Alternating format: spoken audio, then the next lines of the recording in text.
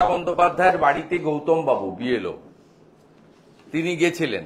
গৌতম বাবু ওখানে মেরুদণ্ডটা সোজা রেখে মুখ্যমন্ত্রীর হাতেই দিয়েছেন এবং মুখ্যমন্ত্রী হাতে দেওয়ার পরে প্রথম এটা তৃণমূলের অফিসিয়াল মুখপাত্র জাগো বাংলায় আসে, নিজের এসআইআর ফর্ম নিজেই নিলেন ভোটার মমতা বন্দ্যোপাধ্যায়।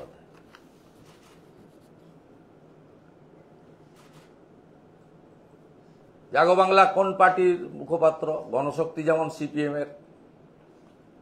আমরা তো আমাদের অত টাকা নেই, ডেলি বের করতে পারি না, আমরা একটা কমল বার্তা বের করি মাঝে মাঝে। এটা জনবার্তা আছে। তা আমাদের এইটা তো দেখুন, এগুলো বলা রাজ্যের মুখ্যমন্ত্রী তৃণমূল সুপ্রিমো এসআইআর এর ফর্ম নিজের হাতে নিলেন বিএলওর কাছ থেকে। বিএলও এসআইআর ফর্ম মাননীয় মুখ্যমন্ত্রীর বাড়ির অফিসে দেওয়া নিয়ে একটা বিভ্রান্তি তৈরি হয়েছে।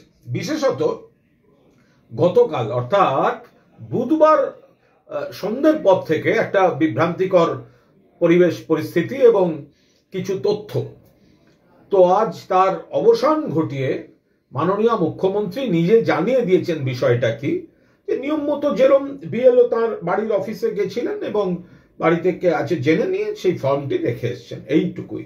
এর মানে এই নয় যে মুখ্যমন্ত্রী বেরিয়ে এসে তিনি নিজে হাতে ফর্ম নিয়েছেন ইত্যাদি ইত্যাদি। মুখ্যমন্ত্রী তার সঙ্গে আরো যোগ করেছেন যে যেহেতু এই বাংলার মানুষের ভোটের অধিকার, প্রত্যেক বৈধ ভোটারের ন্যায্য অধিকার, একজন বৈধ ভোটারকেও যেন বাদ দেওয়া না হয়, এই দাবিতে যেহেতু লড়াইটা চলছে, মুখ্যমন্ত্রী বলছেন যতক্ষণ না সব মানুষ তার ফর্ম ফিল আপ করছেন তিনি ততদিন ফর্ম ফিল আপ করবেন না।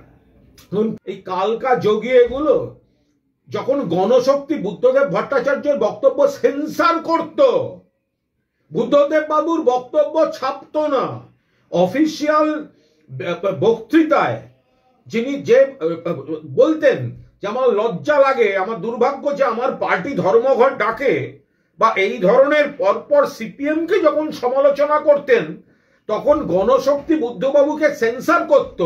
এই চারানার ফেরেববাজ যেগুলো সোশ্যাল মিডিয়া নির্ভর হয়ে দাঁড়িয়ে আছে তারা তো জানে না, তারা আসছে জাগো বাংলাকে বলতে। জাগো বাংলার বক্তব্য জাগো বাংলায় ছাপার অক্ষরে দেয়া থাকবে এবং বিভিন্ন সংগঠন যে প্রেস রিলিজ পাঠায় বা সব মিডিয়াকেও তো খুব সাবধানে সেগুলো ছাপতে হবে। অর্থাৎ প্রেস রিলিজ বলতে যে একটা মর্যাদা থাকে, তো সেগুলো আর তৃণমূল বিরোধীরা বাদ রাখছেন। আর একটা জিনিস প্রমাণ হয়ে গেল যে একাংশের বিএলও বা এই বিএলও ঐক্যমঞ্চ বলে যারা আছে, এই বিএলওদের মধ্যেও কত অন্ধ তৃণমূল বিরোধী তারা কাজ করছে, যারা যেখানে সুযোগ পাচ্ছে বিষ ঢালতে তৈরি, সেটা কিন্তু আর একবার প্রমাণ হয়ে গেল।